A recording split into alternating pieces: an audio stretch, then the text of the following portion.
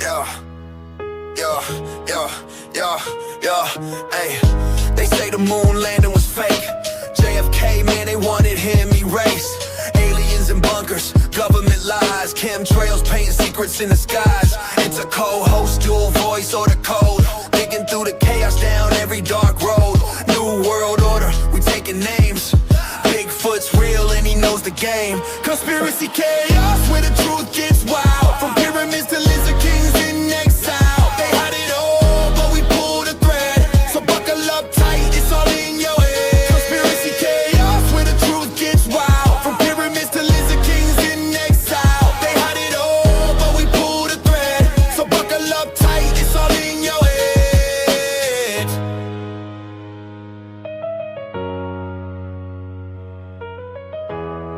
This is Conspiracy Chaos. Truth, fiction, or both? Let's dive in.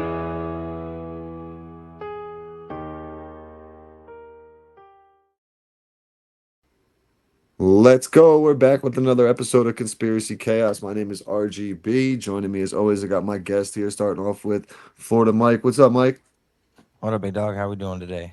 We're good, man. We're good. We're gonna get into a interesting topic here tonight, but before we do that, got to give a shout out to Area 51 Anthony joining us. What up, Ant? Hello, sir. I'm just, in knee-deep snow here in upstate New York. Just miserable as always. Yeah, man. Miserable as always. Another 5-8 inches of snow here today. It's just not stopping for us up here. But guys, today we're gonna get into a little bit of the spiritual side of things. Talk a little bit about the GATE program. Joining us, our special guest, we got Miss Monica Lynne. Monica, appreciate you taking the time and jumping on Conspiracy Chaos. Hi, yeah, thanks for having me. I appreciate you being interested to talk to me to begin with. No, absolutely. Very interesting page. First off, appreciate your service. You were in the Navy, I believe, correct? I was, yes. Yep. So appreciate your service. That's super cool. I appreciate that. No, yep. So why don't you tell us before we get cooking? Why don't you tell us a little bit about yourself and your service and such, and just a little background? Well, I'm a pretty normal person from North Carolina.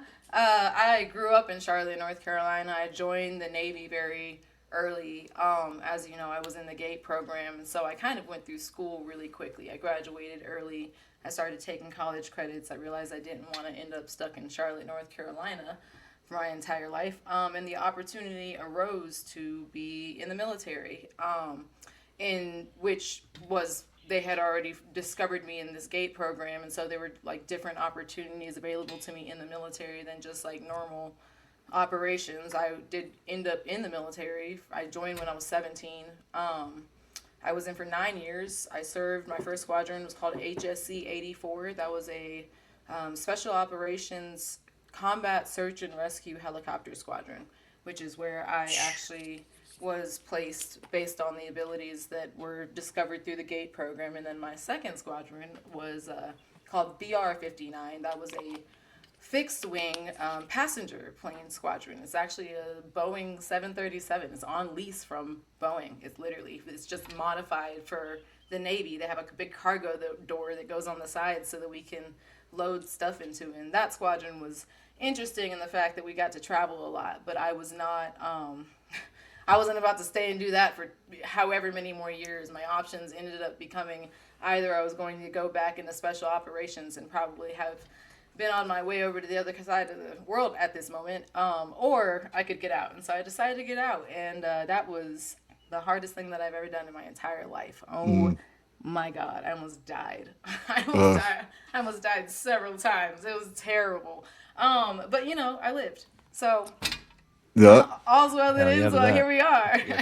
That's tough though, because it's something the routine you're used to. That's the only life you really know, and you're taking a step away from everything you know. There's just so much that goes into it, like the military versus the civilian side, and the fact that, for one, just PTSD from joining the military in general, not even saying you went to combat or saw anything dangerous, just from going into boot camp and going through all of that process. You end up in a system that is so well organized that when you come out of it, it is difficult to function with anything that is not. I will rip someone's head off for little things, because in my mind, like, it's really important to understand how PTSD works whenever you are in a situation where your safety depends on the way that you function, how well you are to think ahead of time what needs to be done and mind your actions and mind everything around you as well.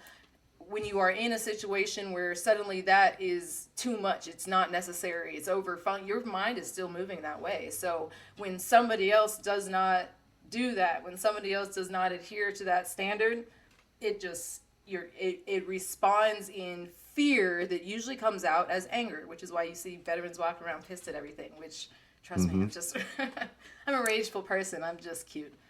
I bet I can every understand.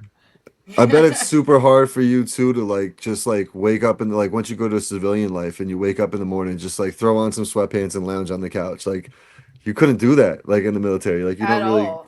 yeah. Oh man. And I mean, like, I've been through several different, since getting out of the military, I've been through just several different waves of function. And I mean, like, I've spoken to so many veterans who have gone through their own ups and downs through the same thing, where sometimes it's fine and then sometimes it's like your brain is melting. I can't even go outside. I've been diagnosed with severe agoraphobia. And sometimes it's just because if I go out there, I know there's just people that are slow. They're slow functioning. They're not spatially aware. They're not, like, I can't go into the grocery stores some days. And it literally, to the point where it literally results in me like skipping meals, because I'm like, well, I'm like, okay, I can't go to the grocery store and eat because it's too late. I like, there's gonna be people in the store. I guess I just won't eat tonight. But deal with their nonsense. No, I get it. I Yeah, get it. well, and I one of the definitely things get that it. I actually do, especially as, like you said, a psychic, is what I'm able to do is I read people's energy. And so when people have gone through similar experiences to me, or I've gone through similar experiences to them, I guess I should say, the more experience that you have in life, the more physical, actual experiences you have, places you go, things that you go through, people that you meet, the more accurately you're able to read energy. So when I meet somebody who's going through some difficult issue through in their life or whatever it be, I'm actually able to just kind of bring that up in a way that if they aren't comfortable bringing it up themselves, I can bring it up in a way where they don't even have to act like that's their situation. I can bring it up in a way that corroborates the way that they're feeling without even pretending I know that that's what they are going through. And that's just because I've been through a whole bunch of shit. I've been through all kinds of stuff. Which, and I mean, like, that's just from having joined the military and in the military and after it again, just having this sheer amount of places that I've lived, people that I've met, things that I've done, based off of just the fact that I'm just out here following my intuition and rolling around the earth, but I can hear my intuition. And I've always been able to hear my intuition. And I can hear other people's energy, and I can see energy, and I can relate to people, I guess is the best word that I'm going to put it in that sense. Like, so I meet people who a lot of the time I would probably not meet, other than the fact that something about my ability sparks their own intuition to come talk to me or say something or meet me or yourselves. Here we are. Yeah, legit. Legit. Now you said this is something you knew you had like the psychic ability at a young age. Yeah, I mean, it's forever. I don't, Yeah. there's the only time in my life that I can ever remember not being able to do any of the things that I can do, as far as read energy or just like psychic ability, mediumship, or anything like that, was after I got out of the military and I was just going through just severe combat PTSD flashback type. It's crazy because you never, when from the perspective of having been in that situation, when myself, as obviously everybody else does, I grew up seeing war movies and things like that. So that when you're in the situation, it doesn't look anything like the movies. It doesn't go anything like the movies or anything like that. But then the only thing that is funny that is the same is afterwards you'll see war movies where the veterans have these like very cliche like flashbacks where they're just staring off into space and there's all these things going through my mind. And when that started happening to me, I was like, oh my God, did I just have a veteran flashback? I think something's wrong. But it's one of those things, like I said, I meet so many people that have all these ups and downs from having been through it, where in myself, I know a lot of the situation, a lot of what gave me the trauma. Like I said, it was never like, I was never necessarily, I wouldn't say I wasn't in a dangerous situation, because I did end up in a combat zone. But I wasn't like I was on the front lines. I don't know what I'm trying to say right there. I wasn't standing out in the streets of a foreign city with a rifle in my hand, I guess is the only thing that I could say. I, at all times, was behind the safety of a wall, aside from, or like a couple of times that we had to go out in a city. But any times that we were out, or any times that I had to go out in a city, I was always with people that we were protected. It was not like, we were just out there with rifles and it was going through at the front lines, kind of like what we see in war movies or on TV. But for the people that went out and did that and they came back because of my position and because of my ability, I could see what they had seen, and I could legitimately physically feel sometimes the trauma that they had gone through, and that would stay with me through what I was doing, because I was still responsible for doing something energetically with the helicopters. I couldn't necessarily just ignore people or like block people out, because they were going out every night and coming back with just massive amounts of like, oh my God, it was it was Now, terrible.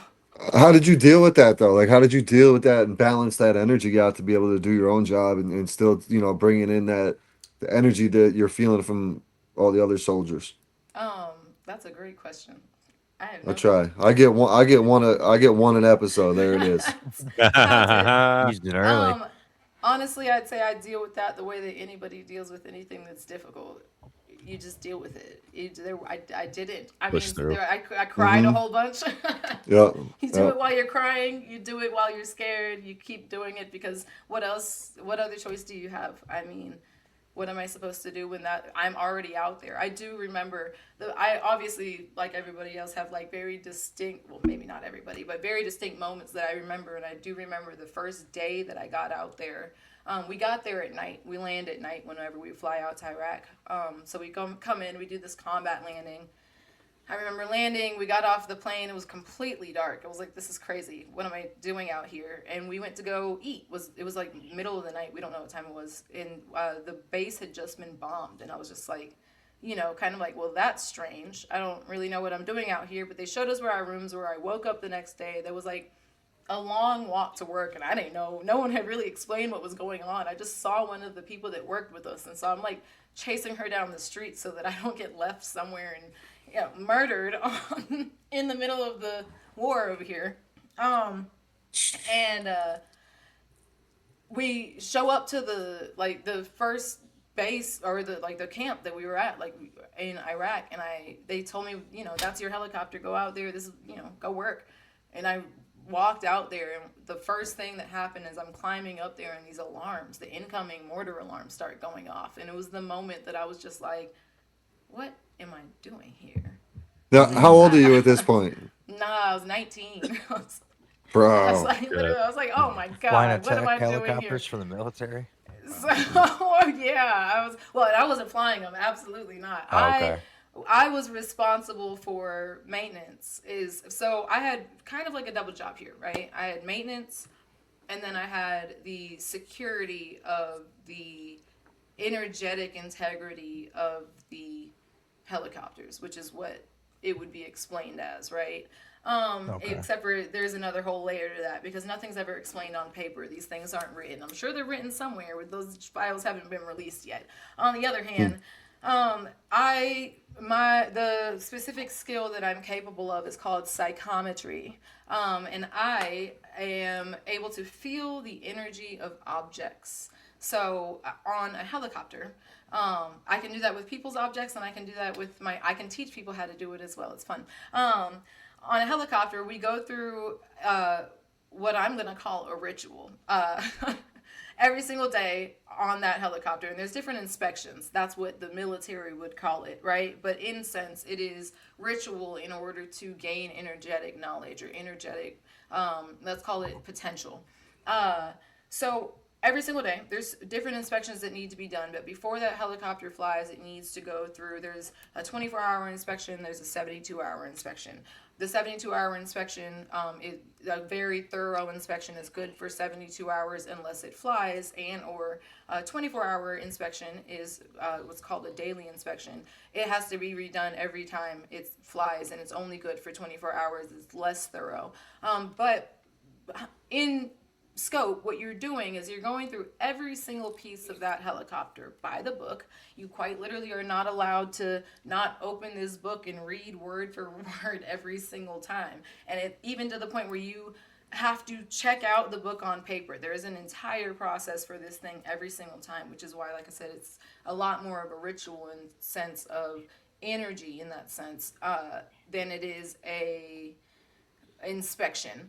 But then on the plane itself, you actually do go through and you're inspecting every single thing. It's a helicopter. It shakes itself apart. There have been the military's, I don't want to say consistently, but I mean like in all aviation, there will be mishaps. The military has mishaps on a yearly basis where they lose parts. Myself have seen several mishaps.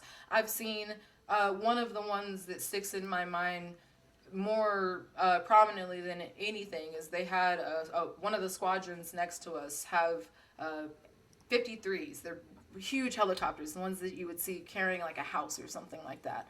It's the ones you see carrying like the Humvees and stuff. They're enormous. They were maybe about 13 miles off the coast in Virginia Beach, off the coast of the seawall at Naval Station Norfolk. And I was standing in the maintenance office, and I immediately got the feeling that something was wrong. I had never even worked on those helicopters, but I recognized the feeling that I would get if there was going to be something wrong with one of our helicopters based on that ability of being able to feel the energy of those objects that I touch every single day in every single one of these inspections. And immediately, as soon as I get this feeling, it was maybe 5-10 seconds afterwards, a radio call comes in, and that helicopter crashed.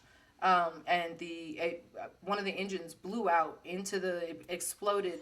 blew out into the cabin of the helicopter and immediately killed one person, crashed into the ocean, and killed all but one other person on board the helicopter. So, when you're in the military, these are not just pilots that come in, these are your friends. You hang out with these people inside and outside of work.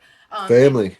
And even the squadrons next door, we go back and forth and we get parts from them. And then when you leave some squadrons, like you're already in helicopter, a lot of times people go right next door. So everybody kind of knows each other up and down the seawall. So it's a devastating thing for something like that to happen. And even more devastating in the fact that now there's this entire helicopter, literally this asset, this part that we put our own work into that. This isn't just a plane that we fly. We are quite literally bleeding on these things. We come into work every day. We care about those planes. They have our friends in them. It's at the bottom of the ocean, so you care about those as if they're your like prized car or something like that. You're around them all the time.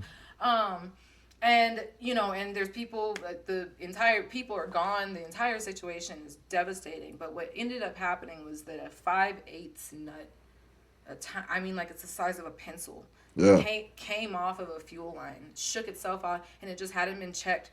Somebody hadn't wiggled that one fuel line. It's the size of smaller than my pinky. Yeah. Sprayed fuel on the engine, blew up the engine, and it's devastating, things like that. But that's what we're doing when we're doing those inspections, is you literally are checking everything. You're checking everything. Every single thing that could move on that helicopter could hurt somebody, could kill somebody, could kill your friend, could kill you, because you have to fly in it too, so you better check it. And while I'm doing that specifically, I'm learning the energy of those objects, because you're not just checking it, the nomenclature, how it works, why it works, what that is there for, to the detail. The blades on a helicopter, on a HH-60H, what I worked on, are canted at the end, 17 degrees, to account for sound attenuation. Small stuff like that, you know Yep. everything about it. You know the length, the width, the everything about every part, and then you know how to find it if it's wrong, how to look up, how to fix it, how to all of that. You learn the entire thing. So again, when I'm doing that, because I am able to learn the energy of objects, if those helicopters are going to crash, we're out there in the war and they're sending as combat search and rescue, they're sending the Navy SEAL teams into the city every night, and they're going to try to, you know, find whoever they're finding, whoever they have on their target list tonight. If there were to be an issue, if they needed to be picked up, if they needed to be dropped off somewhere, whatever, we would supply that cover for them. We would come, we have Oh gunners, we shit. have, yeah. So that was the only squadron in the Navy as well that is specifically commissioned and decommissioned only for like a time of war. It is only commissioned, decommissioned for combat. There's two squadrons. There's one called HSC 84 and one called HSC 85. HSC 85 stays active all of the time. They're out in San Diego. They're active right now. They train with the Navy SEALs. And then whenever there is a conflict, HSC 84, which it's changed names in years. Its first name was actually HAL 3. This served in the Vietnam War, was where it was first commissioned. And then came back as HAL 4, and then HCS 4, and then HSC 84, which was what I was in for the Iraq You got to be War. pretty fucking gangster if you're backing up the Navy SEAls. Like that ain't no. Honestly, I would say that was the most incredible time of my life because of the efficiency of what we were able to do and what we advertised that we were able to do and how we did it. Again, I myself was responsible for if one of those was going to crash, if something was going to be wrong, I would feel it. I would get the intuition. I would go out and be like, it's that one right there. I don't know where, but I'm going to start tearing apart wherever my intuition leads me to figure out what's broken, what's wrong. And I found several issues on not just those helicopters, but the planes that I worked on consequently afterwards and the other squadron that needed to be fixed, that would have been a catastrophic failure that was not found otherwise, which is why the Navy has people in places to do things like that, or why they find them. But specifically for special operations, well, while we were in Iraq, we were kind of just providing, again, support from the base. Or I was providing support from the base, and we were not moving out of there as a team. The helicopters would go out every night, and then they would come back. As soon as we caught Osama bin Laden, we left Iraq. We moved. We left, and we went to Kuwait. And after we went to Kuwait, we were there for a little while. That was terrible. I got to go to Kuwait.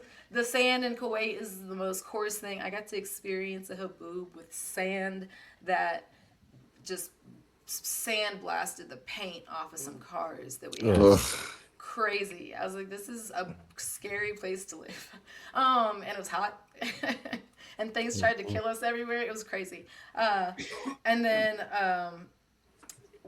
after we left there, we went to the United Arab Emirates, and unfortunately at that time we had gained a lot more people in the squadron. Before that squadron, because it was the only squadron that the Navy has that is commissioned and decommissioned for a specific operation, was you were only in that squadron if you were handpicked to be in that squadron, and we only had 250 people at a time, whereas normal Navy squadrons usually have close to 600 or 700. Well, and it depends really if it's a reserve or active duty component. Either way, normal Navy squadrons do not have 250 people. That's minuscule. It's barely anybody. But from the time that we pulled out of Iraq to going to Kuwait and the UAE, we were kind of trying to hold on to the squadron as far as staying commissioned because we had lost our mission. Our mission was Osama bin Laden, and as soon as that was done, we were done. So we kind of had to prove our worth to be able to stay commissioned as a squadron. And I mean, like, you've got, again, these helicopter pilots, you've got helicopter specialists, you've got people like myself who've been, that's the only thing that I've been here for. Sure. We don't want that squadron to decommission because that means that we're going to have to all be farmed out and go other places that aren't going to be the same as that. Yeah. So we gained about 200. We agreed to gain about 250 more people. So we doubled in size, but again, because those people had not been hand selected, it got a lot more difficult to operate because they were going off of IQ here. Literally, those hand selections were off of like who were the absolute top of the top, most intelligent, most efficient, physically capable people, down to we're still going off of IQ, but we're gonna lower the bar a little bit. We gotta let a couple more So people in. do you think okay, so do you think that first the top tier of the squadron, the people you had in originally, do you think that not only on the physical side of things you got to be there, but like the mental side of things and the gate program is, do you think that is that where like the gate program really tied into those top Yeah, selected group? that all of that. Yeah, I mean like every single one of those people that was in that squadron, I absolutely could tell you was probably in the gate program, even if they were in some other iteration of it. But especially like I said, that first the hand selected group, that first small Mm-hmm. group of people, every single one of those people was at an operating frequency that most of them don't understand. Not I mean like just because the gate program found something that they could use, most of it they tried to tell people, or they tried to keep people from knowing. They wouldn't, if they found something that they needed in you, they wouldn't tell you. But a lot of it is let's say things like the ASVAB, for example, right? There's all these different portions on the ASVAB that do different things. Specifically the tangrams portion of the ASVAB, and a couple of the mathematics portions, but not as much as the or the tangrams, the shapes, being able to visually organize shapes into a pattern without them being together. They would show you the shapes and then they would show you some pictures and be like, which shapes from that last screen makes which ones of these pictures? And being able to see them like that is actually just a mechanical skill. Every single one of the people in a helicopter squadron needs to be a really good mechanic. So if you Right. scored really highly on that portion of the test, you may have been in the gate program, you may have not, but it's very likely that they saw that in you, and you probably were in the gate program because there's no way that you were doing that as an adult and you weren't doing that as a child. So I remember doing like the ear test, like, but I think every school did the ear test for the kid, right? No? The Um, frequency with the pitch. Yeah. I thought that was just a everybody hearing test. So Everybody did gets I. a hearing test before they go to school, but everybody didn't get that hearing test from the GATE program. But I can tell you what the difference was, because this is like one of the most common questions I get asked. Actually, I love it when people ask this question. You really should get on TikTok. I answer people's questions. Actually, that's the reason I'm on there. I answer people's questions in the comments. When I go through my Okay. comments, whichever one seems like is going to answer the most people's question at the same time. There you go. Answer. All You right. learned something today. So the hearing test in the GATE program is what they were doing is, if your brain, we're going to explain this in the way of the fact that a dog's brain processes energy more quickly than a human's brain, so they can hear a dog whistle. There are some people whose brains process energy quickly enough that they can hear a dog whistle. If it gets lower than that, some people say that they feel as if they can feel it, but it's like it's not an audible sound. Or if you are if you are in the normal range of human processing frequency, you would not be able to process that sound. That is the exact same thing with light. That's the exact same thing with sensation. All of it is energy, right? We know that there is sound outside of outside of the audible frequency. We know that there is light outside of the visual spectrum. So what they're doing with that sound test is they are playing a tone in one ear that is the absolute lowest tone that can be processed by the human ear, right? A physical sound. It is actually a physical, we can hear it, normal processing. And then right after that, in the other ear, they are playing a tone that is outside of the range of normal human processing.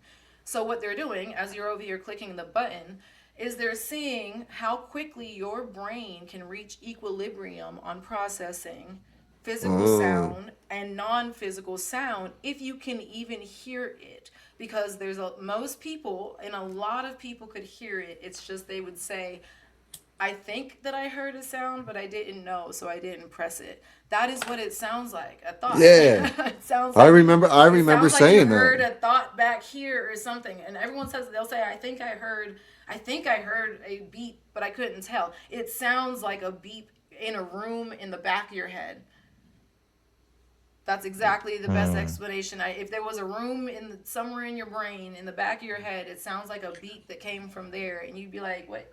Listen, said I barely got out of high school. They didn't want me. I promise you, I was not in the gate program. All right. Hey, you would have been a perfect test subject, man. Yeah, that's all. They could have done tests on me. That's about it. You'd be surprised. Sometimes people that did terribly, terribly in like actual study school wise are extremely intuitive. It's just that like the faster your brain processes energy, the more apathy you would have towards doing things that quite literally don't matter. And when you realize that stupid shit like school was like, Yeah. I don't know how vulgar I'm allowed to be on here. I don't This know You what can to say say. whatever the fuck whatever- you want. this- This is chaos. You're gonna have to bleep me out every. no Well, bleeping. We let it rock. Well, How yeah, and I old were mean, you when you first realized that you had these, advanced, with the gate program? how old was I? So I can tell you the age that I realized other people weren't functioning correctly. Is the way that I viewed it. I was about 4. Wow. This is a terrible. I don't remember this kid's name. Gosh, I sure wish I did because I hope he's watching this right now. It was some kid that lived across the street from us, or maybe So do we. mom was maybe my mom was babysitting him or something like that. Whatever. He came over and my mom always used to make tiny little crafts and stuff with us. And so I had made one of those little things where you put all the beads on it and you iron it and it turns into a little melted whatever the hell. And I loved my little things. Again, as somebody who can quite literally feel the energy of objects, when I put my time and energy and attention into making something, that's like a piece of me. It's my energy. I made that. Don't eat it. Anyway, this stupid kid comes over I guess we were babysitting, and he was under the table, and I remember walking by looking for him, like, where did he go? I think his name was Adam. And I look under the table, and he was sitting there eating this. Chewing on it. He was eating it. I was like, and that was, again, one of the very specific moment I remember in my life being like, something's different. Something's wrong here. And then I recognized I was 4. I started school. The kid was in my class. I started kindergarten when I was 4. I recognized I remember being at school the next week and like remembering that happened because I saw him in the hallway. And then when I went back to class, I remember looking around at everybody else. And of course, at the time, I can very, very easily read people's energy. I can read people's thoughts. I can hear what's going on. And so I'm like listening to people. I'm thinking like something's wrong with this. So I'm like trying to see if anybody can hear me, and I'm just like, uh-oh. Something's wrong with everybody. That was the first moment that I realized something was wrong with everybody else. And then as far as it goes, when did I realize that things were weird in the GATE program? Was in the GATE program. I was bored. I mean, like, I've always been extremely perceptive. It's kind of difficult because when you realize how energy and telepathy works, when people don't know how it works, or they don't know that it works, they don't believe in it, they don't guard their thoughts. And if your thoughts are unguarded, I can hear them loud and clear. So when we're sitting in these tests and they're trying to test us through the GATE program, the way that the military does things and the CIA does things is so double blind, triple blind, quadruple, who knows how many times blind over, where these people quite literally think that they're administering tests. They think that they're administering cognitive tests. They don't know why. The people that are actually administering the test, they don't know why they're holding up these cards with stars on them. They just think that they're playing a game with these kids, and it's just like, this is what they explain to them, and okay. They explain it in a way that seems as if it makes sense, and they're like, well, whatever, this is all you have to do, and you're being paid, so like, cool, this is my job, whatever. You go do it. It doesn't make sense. But during I could hear with it. I was like, this is weird the whole time. I was like, this is strange. I know that they were looking for something. There was several tests, even like I said, the hearing test. I was like, why do they keep... It was weird that they kept putting things outside of the range of what I could hear. And that was like, while I was taking the test, I'm looking around at everybody else thinking like, are they clicking the buttons? Should I be clicking this? I'm clicking it and I'm thinking like, nobody else is clicking buttons. What's going on in here? Should I be clicking this so much? Now, did you grow up just going to like regular public school, or were you in private school, or? Oh yeah, I was in public school, man. Yeah, I was in okay. public school. There was actually, oh man, I grew up in Charlotte, North Carolina. My elementary school, when I went to it, was great. My middle school started getting a little bit crazy, and then by the time I was in high school, we had several shootings. There was gang fights. There's an HBO documentary about the gang in Charlotte, North Carolina, called the Hidden Valley Kings that like ran the high school. Damn. I'm surprised they came out as normal as they did.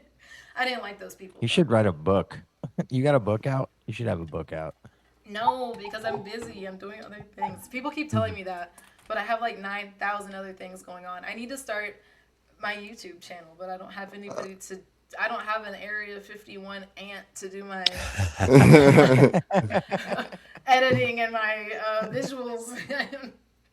No, just at least get a pod out there. Set yourself. Well, I can help you set up. I'm Get a working on it. podcast going. Yeah, it's I have simple. like, I forgot how many I have. I checked earlier. I think I have like 120 something thousand TikTok followers. That's the most podcasts that we got right now. Is I just get on there and complain about shit whenever things are happening. But I do need to actually start working on YouTube. It's just that my weird issue that I'm facing here is that what I know I should put on my YouTube is not what I would probably normally put on my YouTube, and I have to figure out how to make those two match, because I could help a lot of people and I have a lot of answers. But that's not what I'm interested in, because the reason that everybody else is asking me about it is because it's just a normal part of my life. How about doing like a podcast where people call in and want to talk to you and answer questions, where it's kind of like, that'd be probably pretty where cool. this has been going. That's been my best idea so far, is because I'm really great at reading people's energy. Right. Now, when in the gay program, this should just interest the hell out of me. Did they separate you from like different classes, or like how did it work? So yeah, I mean, like when you're in were you guys in the gate program? Any old gay kids? Nah, No I gay don't think kids? so. Anthony's a gay kid, but I No. don't think he's a gay kid. Stop. It's not the same thing. Alley-oop, sorry. No, so I He was never gonna went tell us into he's any gay. special classes. Yeah, no, he's good. Are you, Ant? What? Is that what they do in Area 51? Yeah, oh yeah. No, I Testing always me all. even in high school, I kind of like bucked the system. I questioned everything. It didn't make sense to me. I didn't want to do it. Like, go to different this, I'm like, no, I'm good. You know, it was high school was very weird for me, and just none of the stuff they taught you made any sense to me. So yeah, that was on purpose. It was to confuse you and leave you literally with like nothing. They taught you a whole bunch of. It's like they got right up to a bunch the of point. junk. They're edged the whole way through all of the information that they could have taught you, and if you didn't go outside of that and find the rest of the missing pieces of that information, you don't know anything. You're really confused about what the earth is, because they gave you just enough to think that you understood what was happening and not be interested in any of it at all. But in that sense, they did separate. Well, so if you were in the GATE program, you were like your normal classes. The first separation, the first test that I remember was they would give out IQ tests. And they made me take my IQ test twice. They gave out an IQ test in class, like in the normal class, normal public school, all the kids. They gave out an IQ test, and they had the teacher read the rules to the IQ test, and she even explained, like, this is not a standardized test, it's an IQ test. This is not going to be graded on a standard scale. This is how it's being graded. Like, she had to read the instructions of how it was being graded, and like the instructions to us how to take the test. And an IQ test, if you answer it right, it counts for you. If you answer it and you get it wrong, then it counts against you. If you don't answer it, it does not count against you at all. She explained that to us, and so I didn't answer anything. I answered, like, I went through and I found like the first really easy question that I could find. It was like 5 + 5, and I wrote 10, and I was like, I'm done. It's 100. And they were like, and I mean, like, I remember her taking the test and be like, thank you. And then she looked at it and she said, are you sure you're done? And I was like, yeah, I'm finished. And so then, like, the next day, they took me out of class and they were like, they sat me in a room. They took me to the teacher's lounge on top of that. And I was like, why am I going to the teacher's lounge? And they're like, oh, because of that test you took yesterday. And I was like, I got 100. They already gave our scores back. She read our scores to us that morning. I remember her even saying, so far, the highest score we have is Monica. And I was like, You're probably the only one smart enough to think to do it that way too. That was what she said. She said if you answer it and you get it right, it counts for you. If you answer You it listened. and you get it wrong, You were the only one that against you. actually listened. Yep. Yeah. And then what they're doing is seeing how quickly you can answer the most amount of questions. So like for an actual IQ test where you actually answer the questions, they're seeing how many you can get right in the shortest amount of time. Like how many do you answer? Like your entire volume, right? How many do you get right as far as like mass, and then how quickly as far as like frequent, or as far as like speed, which is Right. creates the formula for energy processing, for computer processing, which if you can answer those questions just off the bat, it's because your processor is working faster than it should be, and you're going through the test. So say they separated me, they took me to the teacher's lounge, they say, okay, you did get 100 because you loopholed it, but we actually want to know what your IQ is, right? We gotta to answer as many as you can, as quickly as you can. So of course I go through, I answer a bunch, I get a bunch right, I get a couple wrong, like smoked it, and they were like, what's up? So that formula for energy, like I said, your brain is a processor. Your brain is like a computer processor. So if you are processing energy more quickly, the same way a faster computer processor will spit out a calculator answer more quickly than a slower one that might have to think about it a little bit more quickly, your image is going to be faster, your resolution is going to be faster, everything is going to be faster if your brain is your processor and it is processing more quickly. So those answers on those exams, you read it and the answer just comes out.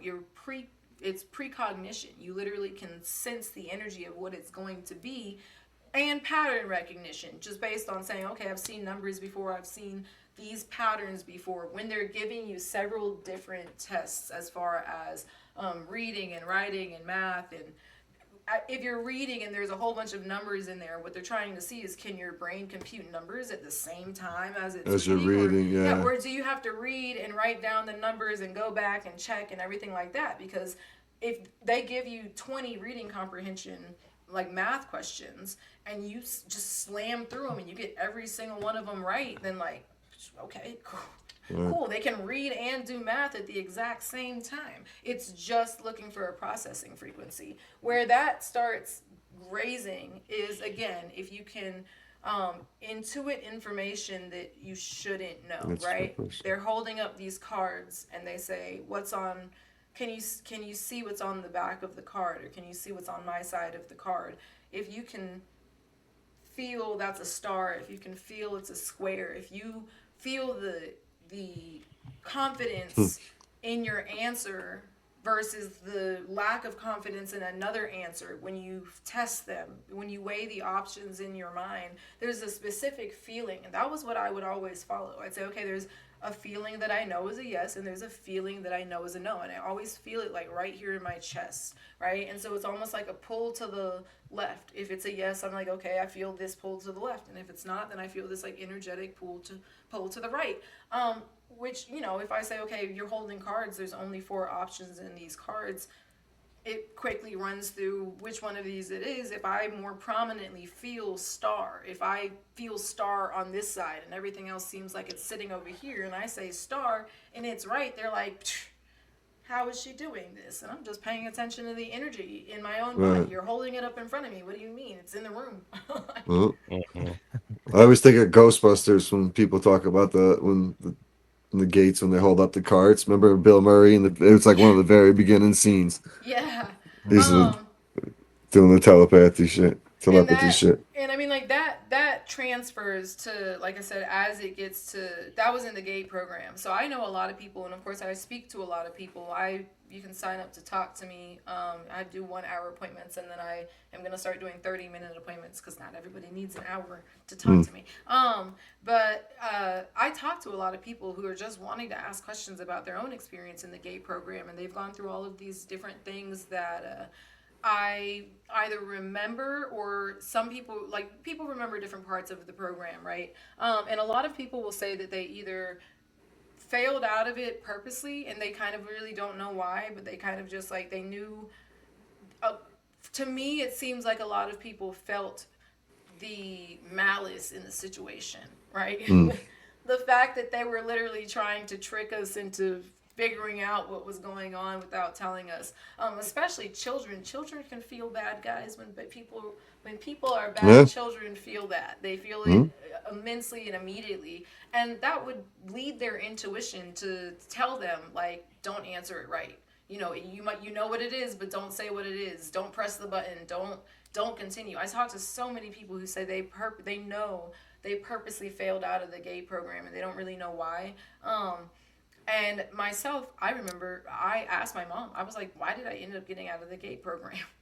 Because I remember being in it, and I mean, like, then I just remember not being in it anymore. And she said that I was bored. I told her that I was bored. And so she had been a teacher at the school. She was always an assistant teacher at the school. She'd always been a substitute teacher at the school. And at that time, she was an assistant teacher at the school. So I tell her that they're pulling me out of class to go to this special education, higher education. All the smart people are going over here, right? And I'm bored. I'm bored. I'm immensely bored in the class. So she's like, well, what are you doing? And I'm telling her, I don't know. They're showing us cards. We're doing listening things. We're like same thing over and over and over. And so she asked if she could go in there and see. And they told her that, oh, no, we're not letting any of the teachers go in here and see because it's going to change the testing environment for the students. And so she says, well, I'm not the teacher, I'm the parent. And they say, well, no, we're not letting the parents see the testing either because it's going to change the testing environment. And she's like, you guys are testing them in a room that has a two-way mirror to begin with. Like, what's going on? Yeah, Like, what do you mean I can't see? She was like, my daughter's saying that she's bored in these classes. She's telling me that they're doing things that don't seem educational, and you won't even let me go see it. Pull me out of that shit immediately. Yeah, so you're not going to tell an old school Southern woman that you can't see her daughter. That's worse. My mom exactly. is Latin. My mom is Costa Rican. She's Latina, and she will whip you up and down. She's Shoes, belts. She's the nicest Sandals. nicest person on the planet until you do something like that about her kids. Because what do you mean I can't see the testing? When, again, they're saying, oh, we don't want parents in the room for testing, but the room that they were testing us in had a window that you can't see who's standing on the other side of it. So she's like, I can't stand on the other side of the window and see what you're doing to my fucking daughter. Out. Yeah. She's out. We're not, whatever this program is, not in it anymore. But that's because I was sitting in that program and, like, I knew I could also feel something was weird. But my reaction to somebody being weird is to, like, if I'm able to do something, is to do it, right? I know that they're here to see if I can do this for a weird reason. So I'm like, yeah, I can fucking do this. What's up? So I'm answering their question. I'm getting all the buttons right. I'm getting the beeps. The most interesting part that I found is the only thing that I had a memory of or knew happened that I never heard anybody say until a couple weeks ago, actually. One of my clients said that she was doing great in the program. She also was getting everything right. Everything was going good, right up until the point where she said that they put her in a room with a man that made her very uncomfortable. And they just sat there. There was not supposed to be anything going on, no dialogue. It was just this man started making her feel extremely uncomfortable. And so she was like, she started like squirming around in her seat, and then they dismissed her. And she said that the lady that had brought her in the room was like, why? She's doing it. And the man said, she, like, you can take her back. She can't do this part. Like, or just like she didn't pass, right? I remember sitting in the room with the creepy man as well.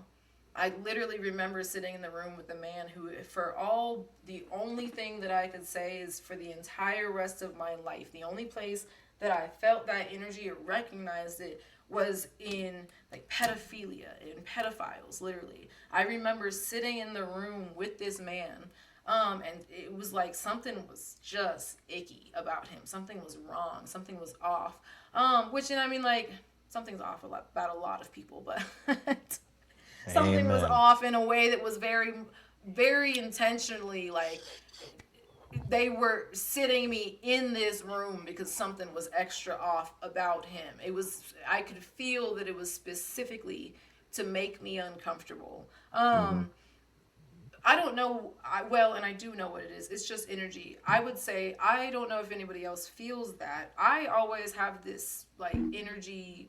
It feels like a shell outside of me. And anytime somebody makes me try or attempts to make me feel uncomfortable, and I recognize that they're making me feel uncomfortable, I feel it getting brighter, I guess, growing on its own, which is the most interesting reaction to anything. And it gets me in trouble sometimes because I will threaten to fight a grown man, and while the words are coming out of my mouth, I'm like, what the fuck are you saying? You weigh 115 pounds, shut up. And I'm like, wanna fucking fight me? I'm like, no, no, no, no. On the other hand, when I do that, every single time something like that happens, it's crazy because the person will suddenly just have this, like, epiphany of, like, I need to get away from this person, and I'll just be sitting there like, that was weird. Well, do you think that's because like you were isolated, like, and you mentioned earlier like you don't like going in the grocery stores or being in public. Do you think that's more of the PTSD side of things, or do you That's think definitely that's the PTSD side of things. or isolated from the GATE program? That's definitely the PTSD side of things. That's from 100% from the military, even though I do see a lot of people who weren't in the military experience mostly the same thing, specifically because if you're sensitive to people's energy, you're sensitive to people's energy. It's just whether or not you are capable of withstanding other people's energy, or even want to. Like I said, when they had me sitting in the room with that guy, I could specifically feel that something was wrong. I could feel that they were trying to intimidate me in some way, but I just refuse to be intimidated by that with no more information than that. If you have not made any sort of move and you're just trying to intimidate me, then, like, okay, that's not the way to do it, So I actually just sat there until I noticed that his shoes were tied really strangely. And I asked him why his shoes were tied like that. I think I had to be like 8 or 9 at this point. I was like, why are your shoes tied like that? And he looked down and he was like, what do you mean? And they were tied so that the laces, if you were looking down at them, the right lace was over the left lace. So, like, on his right foot, the right lace was like that.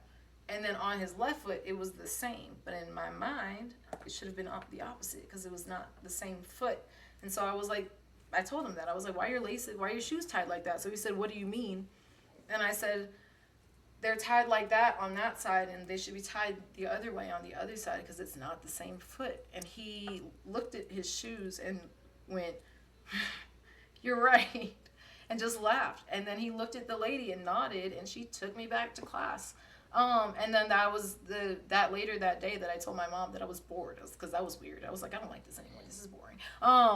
And it wasn't until I joined the military, I was in boot camp and had just this weird flashback moment when they were teaching us how to tie our shoes, and that's how you tie your shoes in the military, with your laces right over left, and on both feet. And Oh shit! at the time, yeah. and it wasn't until I got to that first squadron, the Special Operations Squadron, where I met somebody, and I didn't even know the program was still in. I didn't think the program was still in use. Who knows what's even going on right now? Because there was still someone in that squadron that had joined the military through the program where they had committed a felony, and they had been given an option to join the military or go to prison. And they had chosen to join the military. And there was no one else in the military that was in that program at that time. But there was someone in my squadron who still was. And the moment I met that guy, I also thought about the guy with the shoelaces when I was 8, and I was like, that guy had done something weird, and they had him working for them to do whatever it was that he was doing, sitting in that room creeping people out. It was like, And I mean, like I said, I was in the military, but at that time I'm already in squadron, so it's just like putting dots together where I'm like, all right, well that's weird, but Hmm. signed up now. Here we are. Yep. Yep. Do you think like the whole time they were grooming you, like your skills that you had Um, to use, like, kind of guiding you toward a military job? Definitely not. I think No? that they actually the absolute opposite. They did the most that they could to have me avoid any conflict, any persuasion, any grooming of skill use, because the moment that you make someone aware of something that they're doing but not aware of it, then they become aware of it. And when you're talking about something that the world says is not real, the moment that I become aware of what I'm doing that they need me to do, and then I say it out loud and someone says, that's not real, no, you aren't. If I believe that person, now it's not real. Now it doesn't work anymore. Now it doesn't exist. And I mean, like, I can point, I have several stories left and right of all kinds of everybody, people in my own sister, having had these abilities, and then I can pinpoint the moment that they stopped and why they stopped. I can do it in myself. I remember the moment when I was younger, my dad told me something basically to get me to stop racially profiling people that I could see in my head based on the sound of their voice. And you know, I'm a 4-year-old in a drive-through backseat Wendy's. I shouldn't be screaming out like, "It's a tall black man," because like, it's like, yes, it is. Shut the fuck up. Do you want nuggets or not? So especially like, I mean, like I would. It was all the time. A kid's gonna give you a kid's description. So I'm like, I bet My that's a daughter, I got fat a white funny one. lady. It's a I got a fat. funny one. Last year, me and my daughter, this is almost 3 years ago now. Me and my daughter are out getting sneakers for basketball. So we're at Kids Foot Locker, and she's just standing there. I'm like, "What sneakers you like?" Blah blah blah. She goes, "Hey, Dad, we're the only peach people in here," and I'm just like, "Oh fuck." You know what I mean?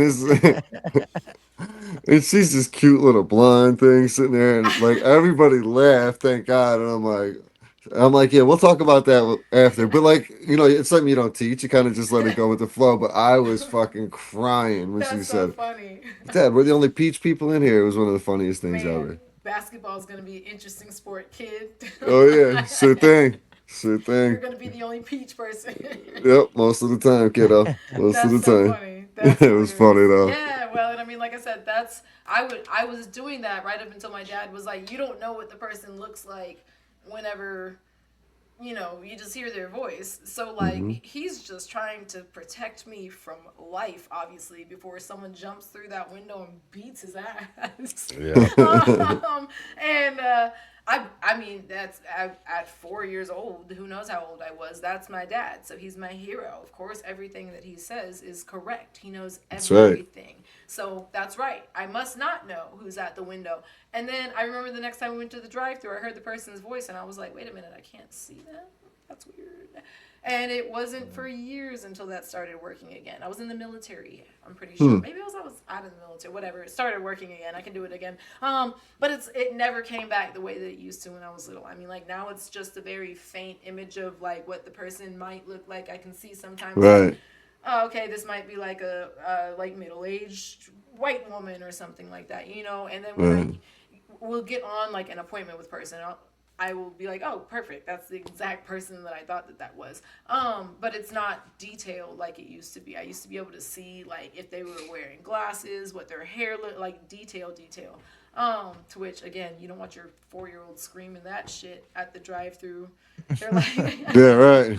do you want any sauce with that? And Yeah.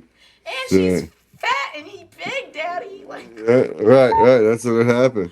no, thank you. So, and like I said, I mean, that was one of the things that when I meet people in the GATE program, like I said, I meet people that have all levels of ability of whatever it is that they can do, and some people that have been in the GATE program and that haven't, that can do several things. I've met people I met recently someone whose sister was in the GATE program, but she actually ended up moving back to Japan with her dad, and so she didn't end up in the GATE program. And I was like, can you guys still do the same things? And she was like, yeah, but we can like both do everything the same. And I was like, I don't think the GATE program was doing anything except for looking for very specific skills. They definitely weren't nurturing. Right. And like I said, Grooming. the moment, if they were to try to groom me into that position, and I won't say that they didn't necessarily, the most grooming that, something that you could kind of consider grooming, that I don't really know if that's what they were doing versus kind of like a test, right? It's almost like if you can hear this, then you can come, right? Was that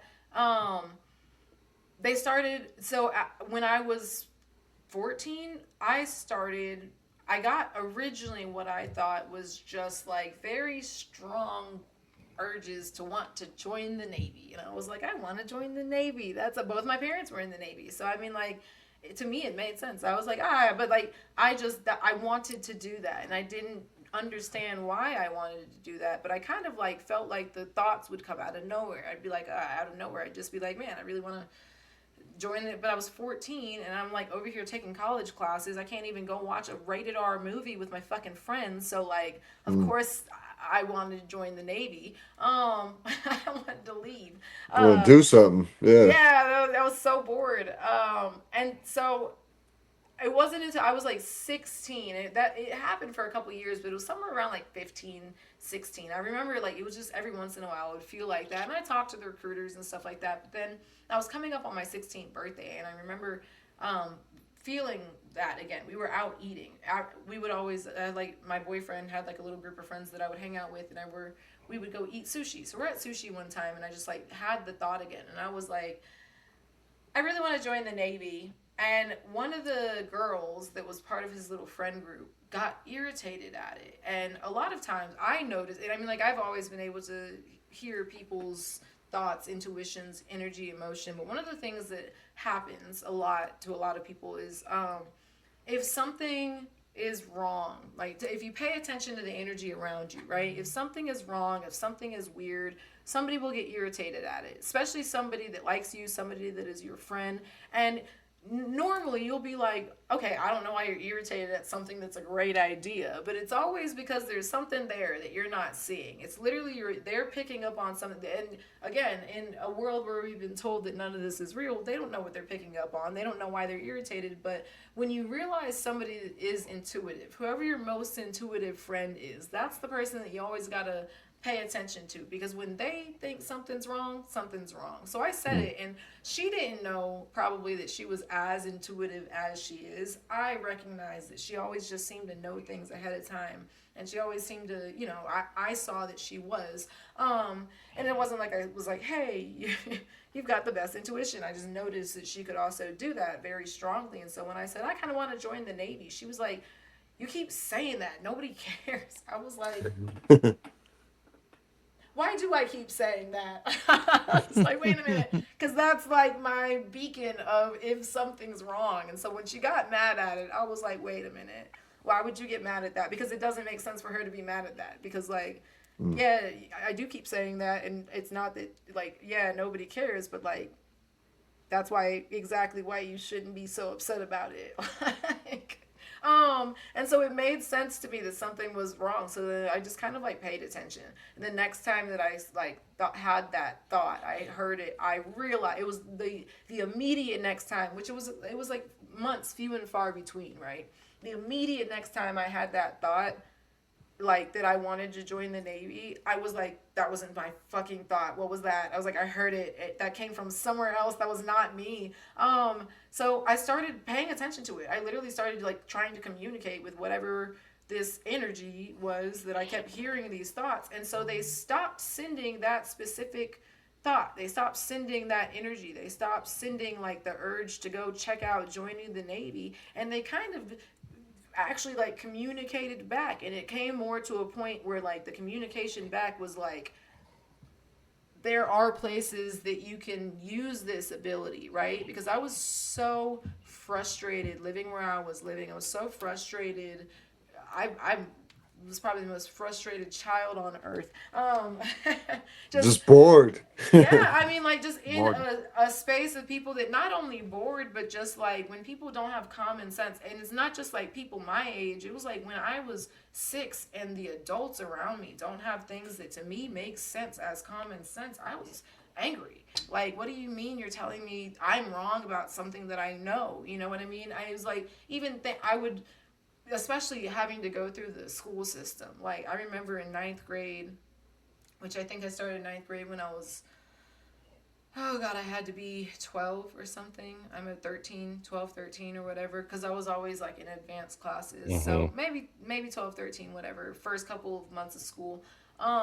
Someone in the class asked just a ridiculously easy, in my mind, I guess, even though let's see how many people don't know the answer to this question. Somebody asked why there were signs on, we were in a science class. Literally, we were in a physical science class. This is the name of the class. One of the kids in the class asked the teacher why there were signs before bridges that say the bridge may ice before the road.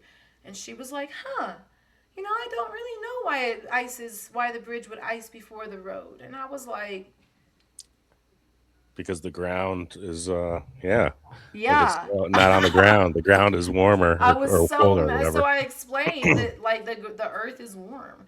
I was Warmer, like right? I was like, it's warmer than if you have space under the bridge. First of all, the bridge is made out of concrete and metal, and then you've got cold air going under it. So there's nothing to insulate under the bridge. Ice forms on top. And first, everyone in the class was like, "You're so smart," and the teacher was like, "Wow," and I was just like, get me out of here. Frustrating, right? Yes, like things like that. I was at like when my teachers don't know things, I was just like, this is ridiculous. They're not even teaching us anything that's worth anything, and then you don't even know an answer that is worth something. Like that you really should know. Nope. So I feel like a teacher never had the right answer when you asked them a question outside of their never. They realm. didn't know what they They were never had freaking an doing. answer.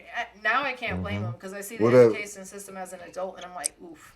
Yep. Whatever book the Rothschilds Tough. gave him that Yup, Robert Maxwell told him to read. whichever new edition had erased whichever part of the history they had to erase that time. Yep.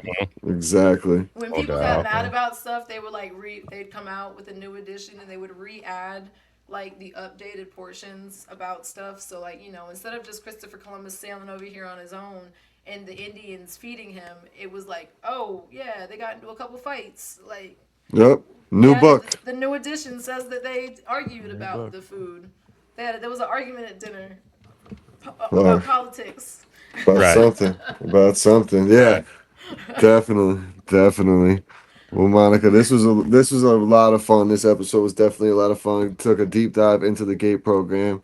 The other question, I have one more question for you. Now, your group of friends, were you hanging out like more with this group of kids that was in the GATE program or outside the GATE program? I didn't have any friends. I was gonna had say I don't think friends. any of them had friends.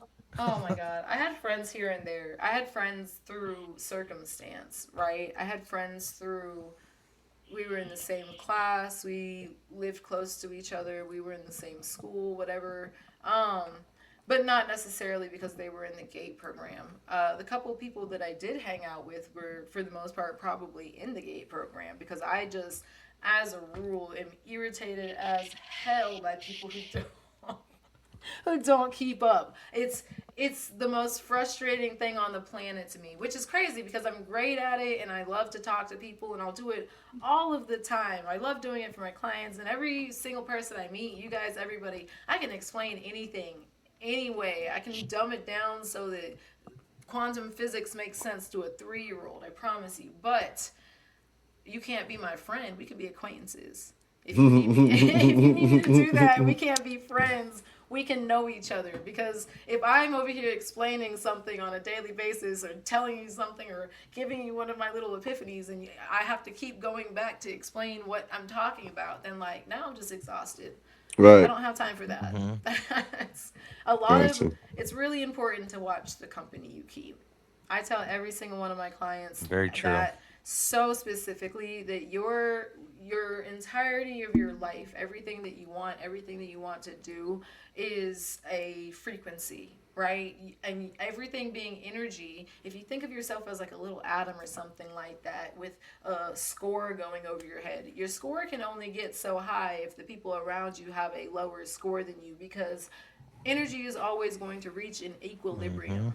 So if you are pouring energy into people who don't have the capability of doing nearly as much as what you can do in your life, you're basically pouring from a full pitcher into an empty glass with a hole in the bottom of it, because there will never be a moment where that energy will reach an equilibrium that you will also be receiving energy back from that person. You will always be expending more energy than you receive. That relationship will never reach equilibrium. You're always going to be exhausted with that person, and you yourself will never continue to raise your own frequency because you're giving that person your energy Still in your loosh. every single time. It's so important. Literally, the five closest people to you, or the five best representations of who you are outside of a person. Those are your decisions. And if you make the decision to spend conscious energy and time with people who aren't contributing in any way, they aren't helping, they don't have their own ideas, conversations, whatever to add to you, you're just pouring it out. You're pouring it out and out and out. And then eventually you realize, like, wait, this person's not even my friend. They don't fucking like me. Well, guys, we'll have 2 new co-hosts on here next week. He's like, No. you're right. I can soar and these guys suck. No, this is a lot of You're fun, though, absolutely- Monica. Go ahead, Yeah. Mike. Go ahead. Yeah, she's absolutely right though. I mean, She is. I didn't learn it until later, but right when I got in my early 30s, mid 30s, my circle got super small. My life got a lot better. Yep, mid-30s, man. Tightened it up real tight. I Yeah, talk to so many and, people who want to know how to use their spiritual abilities. Literally, they're like in their 30s and they're like, I know something's up here and I just don't know. And I'm like, who are your friends? That's the bottom answer. It's not working if your friends aren't working. It's so Bingo. true. It's Oh, yeah. so true. And I'm like you Very, too though, very and I don't enjoy going to like outlet malls or places where you get huge groups of people. And like my girl understands. I tell her, it's not that I don't like them. I just don't like the energy.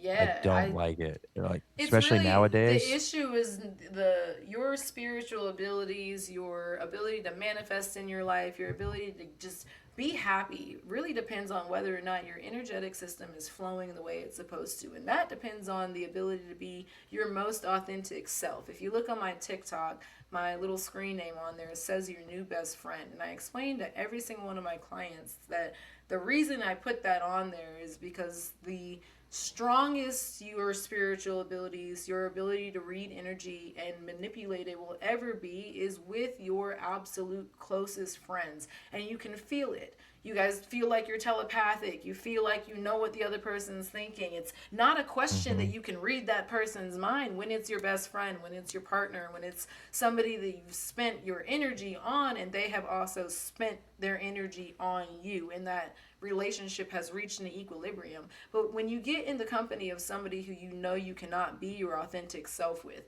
it's because not only because you know that that person is going to react the wrong way, but it's kind of like a double shield there, because the reason you know they're going to react the wrong way is because you are reading their energy. But then because you are worried about them reacting, you care how they will react, you decide to shy away from that. The fear of being authentic then blocks your ability to feel it at all. And then you just don't recognize it. You don't feel it. You don't hear their thoughts. It's not the same connection as when you are with that person that you're like, oh, I can say everything to them. I can tell whatever, because you feel that connection with your best friends. It's just we're afraid to be authentic in front of people because society has told us all to be careful. Don't get fired at work. Don't offend people. Don't whatever, because it's going to cause, this big issue in your life and they're not going to like you. And like, look how many people get canceled on the internet all the fucking time. Do you think those people died? Right. Everybody that loved those people still loves those people. Everybody that wants to be around them and feels like they want to be in that person's life is still going to be there, even if they're the worst person on the fucking planet. They could be terrible, literally, and people are still going to want to be around them because there's still going to be people that they can be authentic with. that will be authentic with themselves, and those energetic relationships are always going to be there. When you're around people and you realize I can't be my authentic self with you, it's time to cut them out of the friend group, because they're keeping you from being able to quite literally use your energetic system the way that it works to manifest shit for yourself. They're keeping you from things. You're keeping you from things by deciding to be around them. Cut the fat, tighten the circle, Every time. and move it forward. Yeah, every time. That's And like I it. said, I tell everybody that. And I just, one of the things, even putting yourself out on social media, on one of the reasons that, like I said, I always get an intuition to do something. On TikTok, everybody knows, I say it every time someone comments, I DM'd you. I don't read my DMs. I never read my DMs. On Instagram especially, I don't even open Instagram most of the time, other than to like post stories of what I'm doing during the day, but they go straight into my requests. I don't even look at them. But then a couple of days ago, last week, whatever, I randomly was like, I'm going to look at my Instagram DMs. And Here we are now. And I went over to the request, and I only looked at yours. Literally, I didn't open anybody else's. And I was like, okay, cool.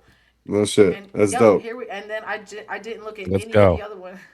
So I love it. hopefully that means something good. Yeah. Good Yeah. vibes. Good vibes. So now, Raj, you got to get that TikTok, bro.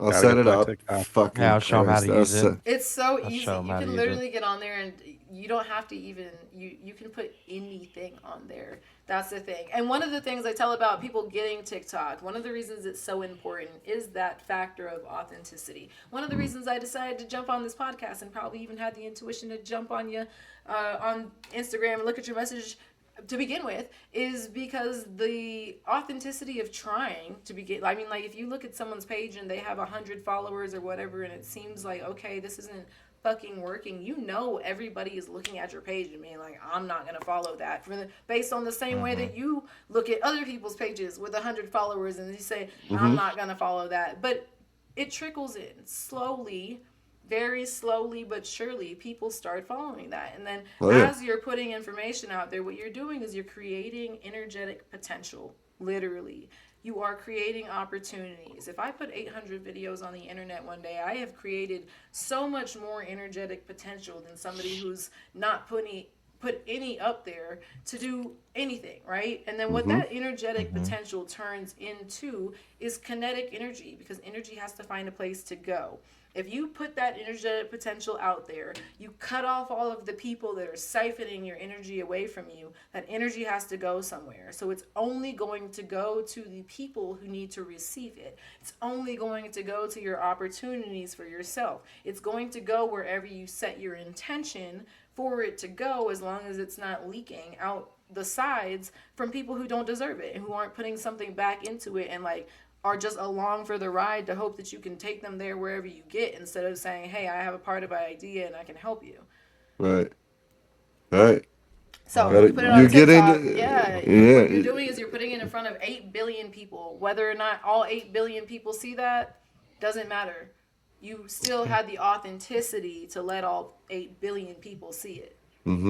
About whatever you put on there. So you just get on there. It's why we see people Preach, girl. on that app being millionaires when they're like, oh, I'm a professional yapper, and you look at them and in your brain you're like, they have zero skills, they have zero talents, they have zero credentials, they don't even look good. How has this person got 38 million followers? Because they don't fucking care who sees it. That's it. And they're putting it on there every single day. 4, 5, 6, 9, 30 times. It's literally creating energetic potential. And then because they're so focused on that app, they don't have fucking friends. Yeah. They're stuck with their fucking And then it works, and they don't know. We're outside looking like, how come they're making so much money off of this app? How is that possible? How is that person driving a Lamborghini and I gotta get up for work tomorrow?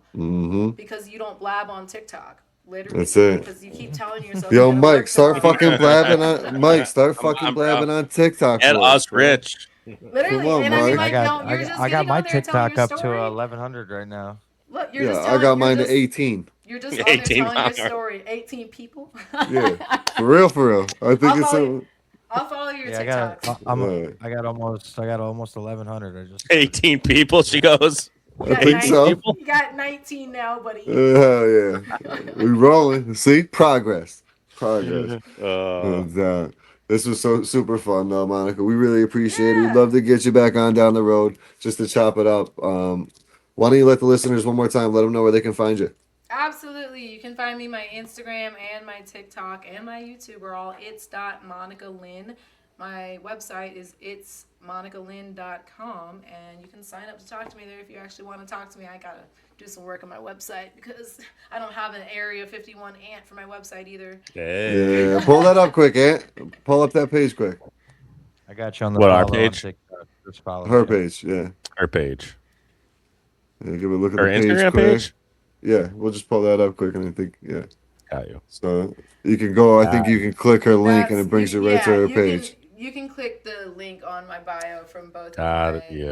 all of my social media and it goes straight over to the links to set an appointment with me and a couple of other fun stuff. Got yeah. If Awesome. anybody's interested in like I used to do when I first started doing stuff on the internet, I was doing like UGC and I was doing a lot of affiliate marketing. So I have a list of links on there that were great affiliate marketing sites for people that are interested in just learning how to make money on the internet to begin with. There you That's go. Yeah, kind there of how you you have do it. it. You got to throw noodles at the wall until something sticks. That's it. Well, guys, go and book your appointment now over at it's dot Monica Lynn. You give the website again because I'll fuck it up. It's the website is itsmonicalynn.com and my Instagram, all my social media handles are the easiest way to find it. It's.monicalynn, Boom. Lynne. There we go, You're gonna have to Monica. Or forgive you're gonna have to put it forgive in the show Roger. links. Yeah. Yeah. You're gonna have to forgive Roger. He wasn't part of the gay program for It's- Yeah, I was in the special education program. the Renaissance. Not No, the no. higher education. The short special- bus. That's the thing. I am in the higher education. I smoked high, took test, studied high, took test high, got low scores, but I tried. I didn't smoke weed until after I got out of the military. Yeah. Which is crazy. I It's just probably didn't really good for the PTSD and stuff. I didn't have any friends. Take some. It's great for PTSD. Actually, I have several friends who have gotten out of even that squadron. I know one who started entire companies growing, selling just specifically to help veterans with PTSD because it's the only thing that works without also making you want to jump off of a bridge most of the time, which is unfortunate. I just had a veteran-owned company. So I do a golf and cannabis podcast. Is my other Nice. podcast, and That's two I very interesting things to put together, but I got you because Oh, it cannabis goes so with good everything. together. it's a vibe. It's a vibe. But I had a veteran-owned company that just started up here in upstate New York. Hit me up to jump on for an interview, so I got to look into them and see what that's all about. Oh, nice. Yeah. Just today, actually, they hit me up. Absolutely. We love veteran resources. Yeah. A lot of what I'm working on my own website is going to be more accessible resources for veterans. There's so many things out there that people don't know about. Literally, it's horrific. I've got story after story after story of people who are in such worse conditions than myself and my own condition. I can tell you have just at times almost went off the fucking cliff itself. So Sure. it's insane that they threw us out there. Interestingly enough, the only reason that we're even here is because last year when I was trying to get them to fix my disability paperwork after erasing my medical records from Iraq and just all kinds of other stuff that happened, I made that video about the GATE program because they wrote me back and they said no. No shit. They wrote me 3 days later and they said yes. Wow. It's funny how that works. The video worked Funny. as soon as and Yeah. I got Got that. 100%. There you go. Get that message out deserve there. They gave me my disability real quick. I Absolutely. had been waiting for 5 years for them to fix my paperwork, and out of nowhere, 3 That days video. later, I'm on the docket. I was like, Good for you. wow, that worked. Dang. Good for you. That's awesome.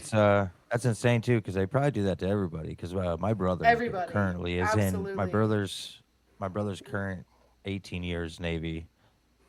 His friend was a door kicker, I guess you want to call him, and Yep. he kicked the wrong door, and he was pretty wanna much do that. paralyzed. Yeah. And they put like electronic spine cord through his spine and everything. And he had like a battery pack, right? Well, they were trying to give him they were trying to give him 40% disability, so he had to go to court for 5 years It's until they like finally that. gave him full Literally, it's disability. that. It's I did the same thing. I've been back and forth fighting those people until I wrote a letter that said if somebody doesn't respond to this, then my death is on your hands. And they wrote back and said no. I was like, Wow. okay. Jeez.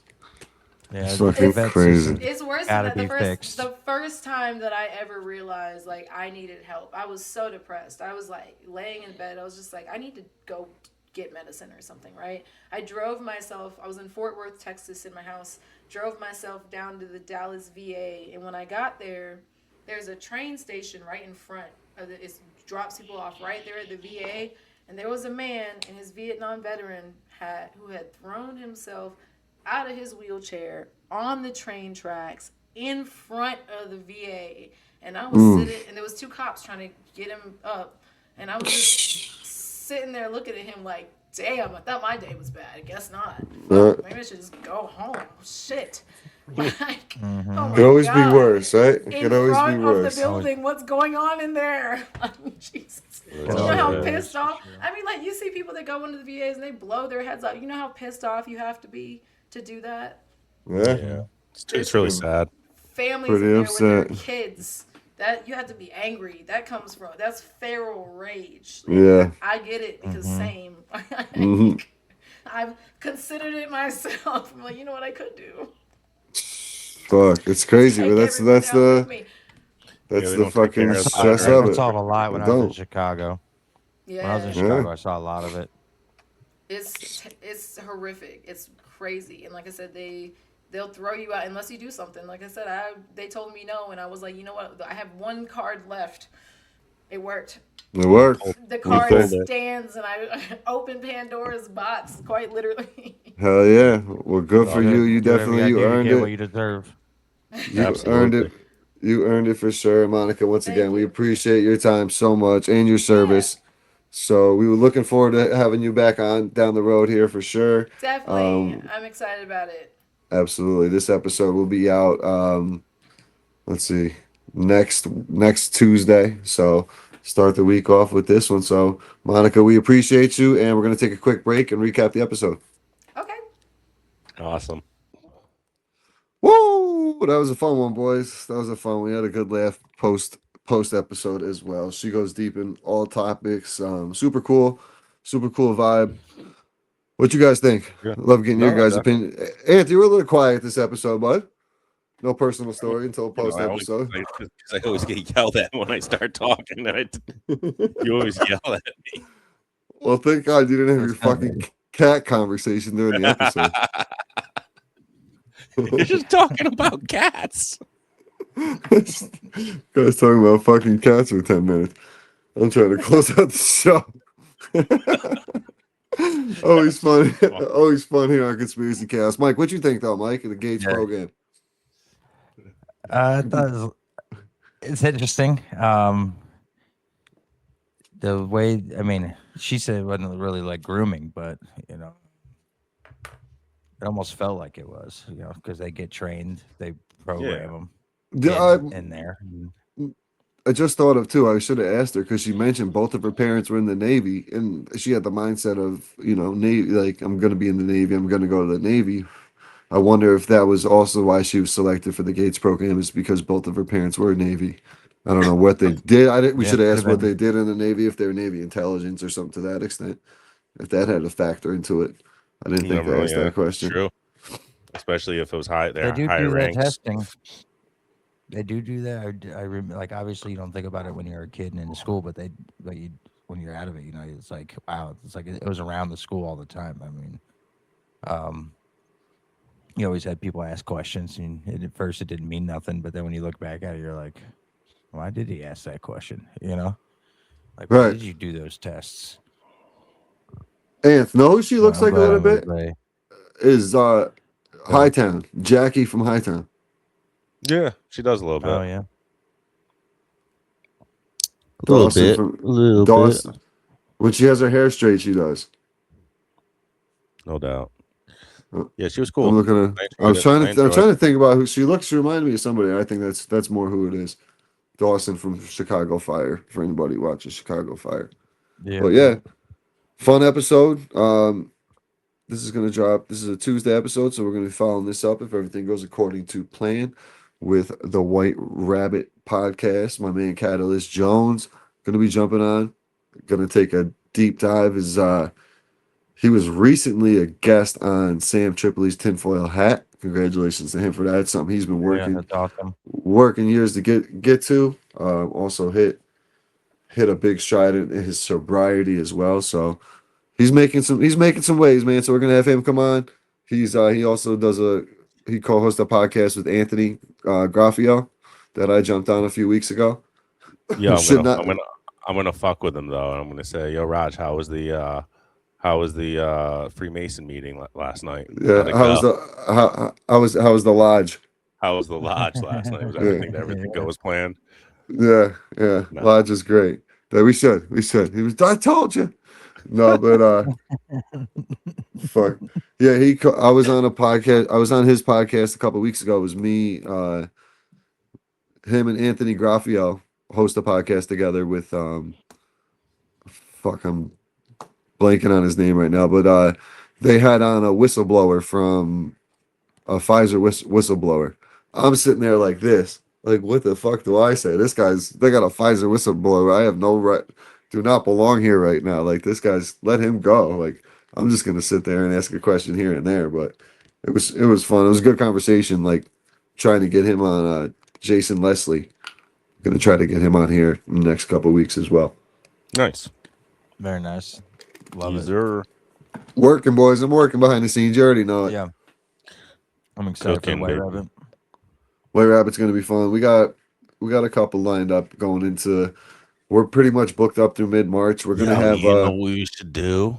what? We should get the White Rabbit on and then not tell him, but have Rabbit hole on. we're on too, and then have him go at it on our podcast.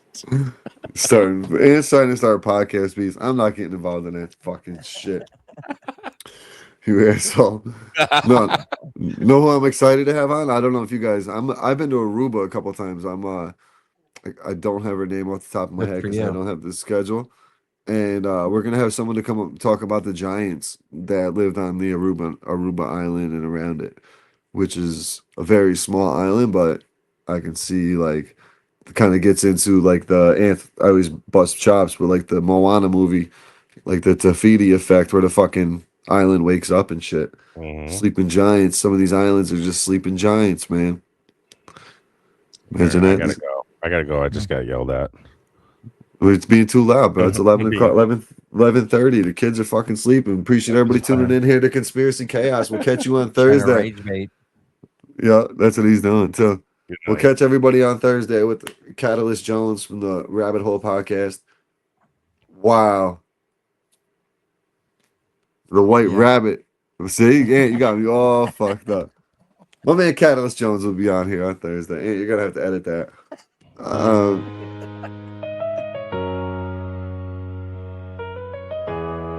This is Conspiracy Chaos. Truth, fiction, or both? Let's dive in.